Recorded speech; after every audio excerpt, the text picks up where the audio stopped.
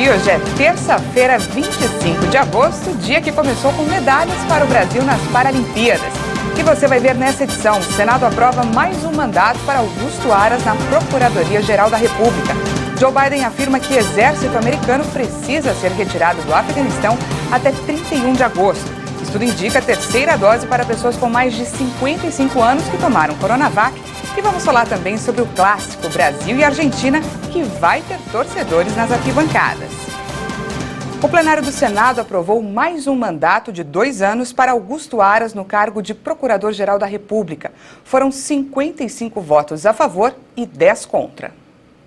Antes mesmo da reunião na CCJ do Senado, Aras teve uma vitória na Justiça. O Supremo Tribunal Federal rejeitou o pedido de 5 membros do Conselho Superior do MPF contra Augusto Aras. Eles questionaram o que chamaram de manobras irregulares na atuação do procurador, alegando que Aras e o vice-procurador da República, Humberto Jacques, foram omissos em investigações ligadas ao presidente da República. No entanto, o ministro do STF, Dias Toffoli, afirmou que eles não conseguiram provar as tais manobras. Na decisão que a reportagem da Rede TV teve acesso, o ministro considera que os documentos apresentados são insuficientes para constar ato concreto, bem como atestar a responsabilidade do PGR ou seu vice, sendo a acusação mera ilação, e não se verificando nenhuma ilegalidade ou abuso de poder. Um outro pedido de investigação feito por senadores de oposição ao Supremo foi arquivado por Alexandre de Moraes, que considerou não haver elementos mínimos que demonstrem a omissão de Aras. Já na Comissão de Constituição e Justiça, presidida pelo senador Davi Alcolumbre, Augusto Aras foi sabatinado pelos senadores. Parlamentares de oposição citaram as ações do Supremo e o senador Fabiano Contarato informou que irá recorrer da decisão de Moraes. Augusto Aras, ao fazer uso da palavra, afirmou que o alinhamento do Ministério Público é com a Constituição e que em muitos casos discordou de pedidos feitos pelo governo federal. Que o Ministério Público não é de governo, nem é de oposição. O Ministério Público é constitucional. E esta importância constitucional faz com que não se meça a posição, a eficiência, o trabalho do Procurador-Geral da República por alinhamento ou desalinhamento com posições ideológicas ou políticas de quem quer que seja. Aras também fez um balanço das ações realizadas desde setembro de 2019, quando assumiu a Procuradoria-Geral da República por indicação do presidente Jair Bolsonaro. Aras destacou ações em prol do meio ambiente, fiscalização de recursos e combate à pandemia. Na crise do fornecimento de oxigênio, o GIAC acompanhou a situação em várias unidades federativas, com a solicitação de tomada de providências para evitar o desabastecimento em relação aos estados do Amazonas, Mato Grosso, Piauí, Pará, Roraima, Rondônia e Amapá. Em relação ao chamado kit intubação, foram realizadas mais de 100 ações, todas documentadas, entre solicitações de providências, encaminhamentos de ofícios, realização de reuniões e encontros, que viabilizaram e auxiliaram na distribuição de mais de 4 milhões de unidades de medicamentos hospitalares. Por meio do GIAC, portanto, acompanhamos, para e passo, cada uma das fases da epidemia em todo o território nacional, coletando e disponibilizando informações e orientações que tem possibilidade de uma resposta pronta do Ministério Público a cada um dos desafios que a crise sanitária nos impõe em todos os níveis da federação. Aras também criticou os gastos da força-tarefa da Lava Jato e informou o fim da operação. A ausência de critérios objetivos, não só para o estabelecimento, mas também para a destinação de valores resultantes de acordos de colaboração premiada e pagamento de multas, além de altos custos com diárias, passagens, seguranças e escoltas de membros. O modelo não se revelou sustentável do ponto de vista administrativo, orçamentário e mesmo finalístico, uma vez que se verificava a inobservância do princípio do promotor natural, ao submeter membros a seus pares, com quebra da independência funcional. Assim é que cuidamos de manter uma estreita relação com o Tribunal de Contas da União, para fazer a verificação dos pagamentos de diárias em excesso, passagens aéreas em excesso, e assim buscarmos um orçamento e aplicação das despesas de forma saudável. O TCU não tem nos faltado na fiscalização da gestão como lhe incumbe fazer nos termos da Constituição. O modelo das forças-tarefas com personalização culminou em uma série de irregularidades que vieram a público, tais como os episódios revelados na Vaza Jato, a frustrada gestão de vultosas quantias arrecadadas em acordo de colaborações e acordos de leniência, por meio de fundos não previstos em lei. A votação pela recondução de Aras ficou em 21 votos a favor e 5 contra. O Procurador-Geral da República é o chefe do Ministério Público Federal e exerce funções do MP junto ao STF e STJ, além de atuar como Procurador-Geral Eleitoral. O PGR deve ser ouvido em todos os processos nessas cortes. A CPI da pandemia ouviu ontem o diretor-presidente de uma farmacêutica que tentou intermediar a negociação para a compra da vacina contra a Covid do laboratório chinês CanSino. Emanuel Cattori disse aos senadores que em 6 de abril a Belcher e CanSino assinaram o termo de confiabilidade e só em 19 de abril a farmacêutica recebeu a carta de autorização para a representação legal no Brasil. Nesse meio tempo, no dia 15 de abril, o ministro da Saúde, Marcelo Queiroga, recebeu representantes do Grupo Belcher. A audiência teve a participação do deputado Ricardo Barros, presidente da Frente Parlamentar de Medicamentos. Cattori negou que Ricardo Barros tenha qualquer ligação com a empresa. O relator Renan Calheiros disse que havia contradições no depoimento. Começa muito mal o seu depoimento, com óbvias contradições, não é? E tentando passar a ideia de que o encontro com o Ricardo Barros, ele não poderia ter tratado dessa questão, porque essa questão não tinha sido ainda tratada, uma vez que a farmacêutica CanSino não havia credenciado a Belcher para tratar do assunto, e não é verdade, já havia uma carta de confidencialidade. Com todo respeito, Excelência, não tem nenhuma contradição. Quando a gente assina uma carta estabelecemos um termo de confidencialidade, em nenhum momento a gente pode falar em nome da vacina enquanto nós não recebemos a autorização. E nesta reunião, sequer a gente falou uma palavra sobre a vacina. Cattori afirmou que na reunião não se falou em vacina, mas em um antiviral contra a Covid. Em junho, a empresa negociou o fornecimento de 60 milhões de doses ao governo do Brasil por 5 bilhões de reais, preço que incluiria o frete. Mas no mesmo mês, a CanSino rompeu o contrato com a empresa brasileira. Integrante da CPI, o senador Marcos Rogério do DEM de Roraima entrou com um pedido no Supremo para pedir que a CPI volte a liberar o acesso a documentos sigilosos. O presidente da comissão, Omar Aziz, limitou o acesso depois que o STF pediu providências após o vazamento de dados sob sigilo. Marcos Rogério afirma que restringir o acesso apenas aos autores de requerimentos acaba privilegiando um grupo da CPI em detrimento de outro. O presidente Joe Biden afirmou que a ponte aérea de retirada liderada pelos Estados Unidos a partir do Afeganistão tem que terminar em breve por causa da crescente ameaça do grupo Estado Islâmico. Quanto mais tempo os Estados Unidos permanecerem no Afeganistão, há um risco agudo e crescente de um ataque de um grupo terrorista conhecido como ISIS-K, ou Estado Islâmico Khorasan. A afirmação foi feita pelo presidente americano Joe Biden. O democrata citou esse motivo para defender que a ponte aérea de retirada, liderada pelos Estados Unidos a partir do Afeganistão, tem que terminar em breve. Quanto mais ficamos ao risco agudo e crescente de um ataque de um grupo terrorista conhecido como ISIS-K, um afiliado do ISIS no Afeganistão. A cada dia que ficamos no terreno, é um dia a mais em que sabemos que o ISIS-K está tentando atacar o aeroporto e atacar tanto os Estados Unidos quanto as forças aliadas e civis inocentes. Pouco antes, Biden tinha dito aos líderes do G7, grupo dos países mais ricos, que os Estados Unidos estavam em vias de concluir sua retirada militar do Afeganistão até 31 de agosto, mas estavam elaborando planos de contingência caso o prazo autoimposto não possa ser cumprido. O Banco Mundial anunciou nesta terça-feira que suspendeu a ajuda ao Afeganistão após a tomada do poder pelos talibãs, mas o banco afirmou que estuda uma forma de continuar comprometido para apoiar o povo afegão.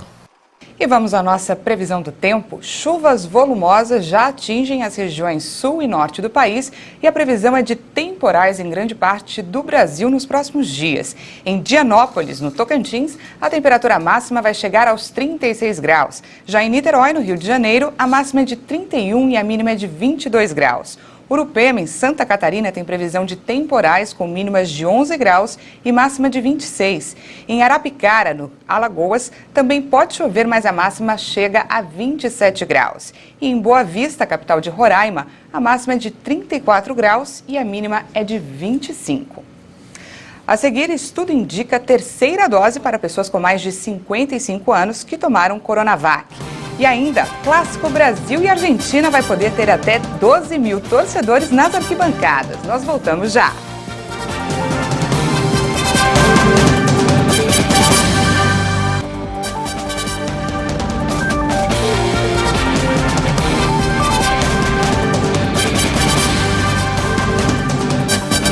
Estamos de volta, agora são 8 horas e 45 minutos no horário de Brasília. A Caixa Econômica Federal paga hoje a 5ª parcela do auxílio emergencial para os nascidos no mês de junho. A próxima parcela do auxílio para esse grupo vai ser depositada no dia 26 de setembro. Também recebem hoje a 5ª parcela do benefício quem faz parte do Bolsa Família e tem o número de identificação social UNIS com final 6. O avião de transporte da Força Aérea Brasileira pousou em Porto Príncipe, no Haiti, levando ajuda humanitária ao local que foi atingido por terremotos e um ciclone na última semana. A aeronave transportou cerca de 10,5 toneladas de materiais e equipamentos de emergência, medicamentos e insumos para atendimento de saúde, além de bombeiros que irão atuar nos locais afetados. A iniciativa é um esforço conjunto dos Ministérios da Justiça e Segurança Pública, da Defesa, das Relações Exteriores, da Saúde e do Desenvolvimento Regional. A delegação brasileira foi recebida no Aeroporto Internacional de Porto Príncipe pela encarregada de negócios da Embaixada do Brasil no Haiti, Marisol Romares. De acordo com a representante, a chegada da ajuda brasileira é um gesto de solidariedade que irá contribuir com a população. O coronel bombeiro militar Marcelo Teixeira Dantas, comandante da missão, relata que a atribuição inicial da equipe é realizar buscas e resgates em estruturas colapsadas. A nossa missão principal é a atividade de busca e resgate em estruturas colapsadas e busca com cães. Mas a gente sabe que a demanda, por ser uma situação humanitária, ela deve abranger outros aspectos também. As operações com o apoio do Brasil no Haiti serão executadas por 32 militares do Corpo de Bombeiros do Distrito Federal, de Minas Gerais e da Força Nacional de Segurança Pública. Participam também 2 cachorros para atuar em busca e salvamento. Os agentes permanecerão no país por cerca de 3 semanas, com o objetivo de prestar apoio humanitário. As equipes vão trabalhar durante 3 semanas, levando não só nas operações de busca e salvamento, mas também apoiando com ações de assistência humanitária a população do Haiti. 15 desses militares participaram em 2019 das buscas em Brumadinho, no estado de Minas Gerais. Outros 4 membros da Força Nacional de Segurança Pública atuaram na missão humanitária em Moçambique no mesmo ano. A experiência e expertise anterior dos militares foi levada em consideração para a composição da missão humanitária multidisciplinar em apoio ao Haiti. Tem muita compaixão e a gente poder estar ajudando um país que está precisando bastante nesse momento. O apoio logístico das Forças Armadas na ação interministerial do governo federal possibilitou a pronta resposta à solicitação do governo do Haiti. O Ministério da Saúde enviou 5 kits de medicamentos e insumos para a emergência, com capacidade de atendimento para até 10 mil pessoas cada um.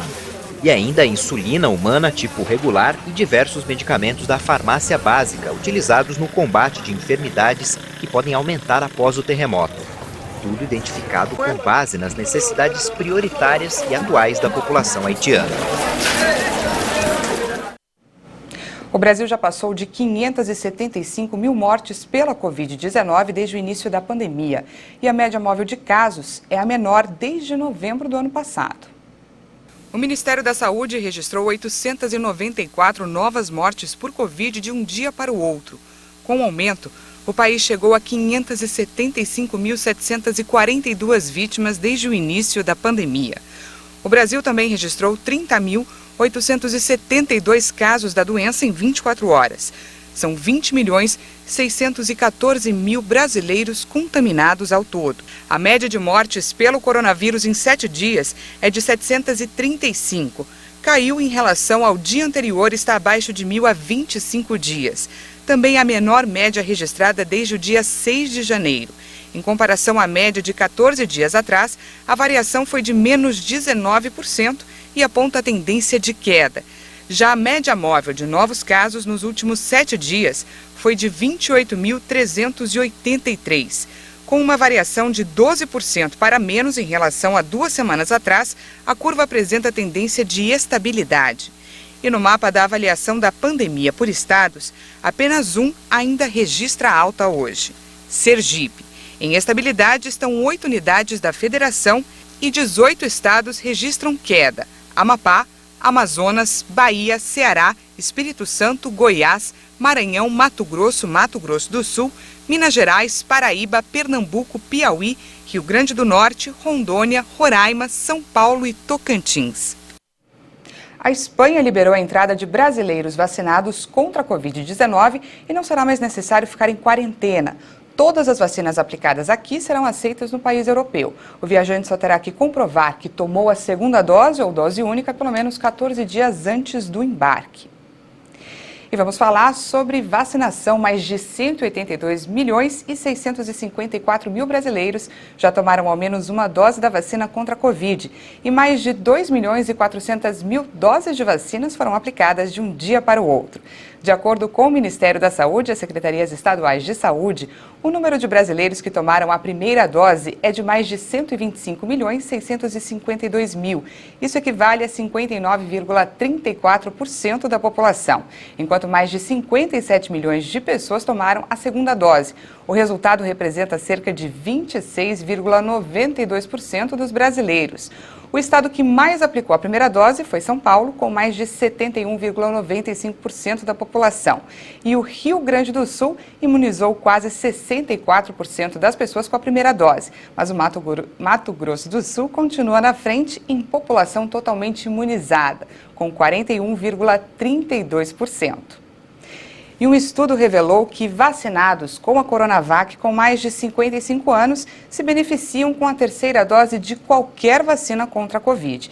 Isso porque a imunidade é menor nos mais idosos. Uma pesquisa feita pelo Instituto do Coração e pela Universidade de São Paulo mostrou que a capacidade do organismo de provocar resposta imune é maior em quem já se recuperou da Covid-19 do que em pessoas acima dos 55 anos que completaram o esquema vacinal com a Coronavac. Com isso, os autores dizem que a terceira dose, ministrada com outro imunizante, pode beneficiar essa parcela da população. Segundo os pesquisadores, 95% dos participantes vacinados com a Coronavac desenvolveram resposta imune contra o coronavírus. Nos recuperados, a taxa foi de 99%. A diferença entre os grupos é maior no que diz respeito a uma resposta protetora completa, que sinaliza a presença no organismo tanto de anticorpos quanto de células de defesa. Essa resposta foi registrada em cerca de 70% daqueles que se recuperaram da doença, mas apenas em 59% dos vacinados. O Instituto Butantan afirmou que já se sabe que a resposta imune de defesa no organismo diminui um pouco com o avanço da idade. A Secretaria de Esportes do Estado de São Paulo anunciou que o clássico entre Brasil e Argentina vai poder ter até 12 mil torcedores nas arquibancadas. Essa vai ser a primeira partida com público na capital paulista após 1 ano e meio de proibição. Clássico com público. O jogo entre Brasil e Argentina pelas eliminatórias para a Copa do Mundo do Catar 2022, marcado para 5 de setembro, vai contar com até 12 mil torcedores nas arquibancadas da Neoquímica Arena, em São Paulo. De acordo com um comunicado da Secretaria Estadual de Esportes, a partida vai ser um evento teste no caminho para a realização de outros na capital paulista, após a queda do número de infecções e mortes por Covid e a antecipação da vacinação. O texto informou que vai ser autorizada apenas a presença de torcedores que apresentarem teste negativo realizado em até 48 horas antes do evento e após a partida todo o público presente será testado e acompanhado por 15 dias. O duelo, que deve colocar frente a frente Messi e Neymar, agora parceiros no PSG, vai ser o primeiro jogo com público na cidade após 1 ano e meio de proibição. O governo pretende autorizar o retorno gradativo dos torcedores às arquibancadas a partir de 1º de novembro. O planejamento prevê ainda a realização do Grande Prêmio de Fórmula 1 de Interlagos, que acontece entre os dias 5 e 7 de novembro, com lotação total de cerca de 60 mil participantes. Líder isolado das eliminatórias sul-americanas para a Copa do Mundo com 6 vitórias em 6 jogos, o Brasil vai encarar a vice-líder Argentina, que soma 12 pontos. E no primeiro dia de competições nos Jogos Paralímpicos de Tóquio, o Brasil já garantiu as suas 3 primeiras medalhas. Gabriel Bandeira conquistou o primeiro ouro do Brasil nos Jogos. O nadador venceu 100 metros borboleta com a marca de 54 segundos e 76 centésimos e estabeleceu um novo recorde na competição. Já nos 100 metros nado costas, o mineiro Gabriel Araújo conquistou a medalha de prata com a marca de 2 minutos, 2 segundos e 47 centésimos. Já nos 50 metros nado livre, Felipe Rodrigues garantiu a medalha de bronze para o Brasil. E agora há pouco, Daniel Dias conquistou mais um bronze nos 200 metros livre. Essa é a 25ª medalha de Daniel Dias na carreira. Com isso, o Brasil encerra o primeiro dia de competições com 4 medalhas conquistadas, todas na natação. E agora a gente vai ver como está o ranking de medalhas das Paralimpíadas de Tóquio. A Austrália lidera o quadro de medalhas com 5 medalhas de ouro, 1 de prata e 3 de bronze. Na segunda posição vem a China, com 4 medalhas de ouro, 1 de prata e 2 de bronze. Na terceira colocação temos os atletas da Rússia, com 3 de ouro e 2 de bronze. A Itália é a 4ª colocada, com 2 medalhas de ouro, 1 de prata e 1 de bronze. E com as 4 medalhas conquistadas na natação, o Brasil é o 7º, com 1 medalha de ouro, 1 medalha de prata e 2 medalhas de bronze. Essa edição fica por aqui. Muito obrigada pela sua companhia e às 10 horas tem mais informações com a Patrícia Velenic. Eu volto à 1 da tarde. Espero você. Até mais.